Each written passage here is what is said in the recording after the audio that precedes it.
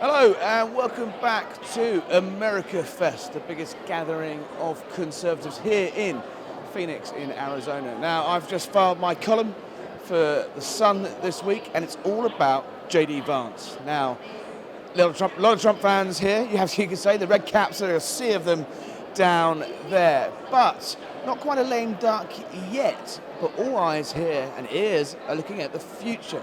Now, last night, Erika Kirk, the widow of Charlie Kirk, opened the conference with an explicit endorsement of J.D. Vance to be the next president of the United States. She said she's going to throw the support of Turning Point, this organization, these activists, resoundingly behind his tilt for the White House. Now, there's only one problem. He hasn't yet declared his interest. Now, everyone knows he's running, but there's no official campaign going.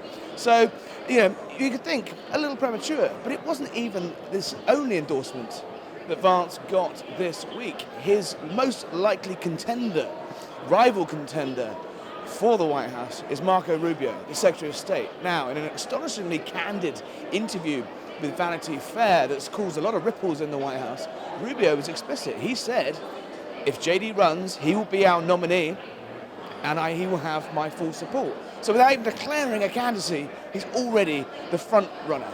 Now, is that the best place to be? It's a long way to go until the 2028 election. You've got potentially bruising midterms next year for the Republicans. And how well is Donald Trump really? A man who loves the limelight himself, a man, it's all about the Trump show, a man who built the MAGA movement through his sheer force of his personality it is the Trump show. How's he going to take a rising star in the ascendancy, taking some of that limelight? Well, as I said, there's a long way to go. Also, a lot of friction in the right. We saw that explode on the main stage yesterday with Ben Shapiro from the Daily Wire taking extraordinary swings at people like Tucker Carlson, Candace Owens, Nick Fuentes. They're not holding their punches here. It's the talk of this conference so far is how divided is the right. So Vance has got a long way to go. He's got an awkward tightrope to walk with Trump. He's also got an awkward tightrope to walk to keep this movement together.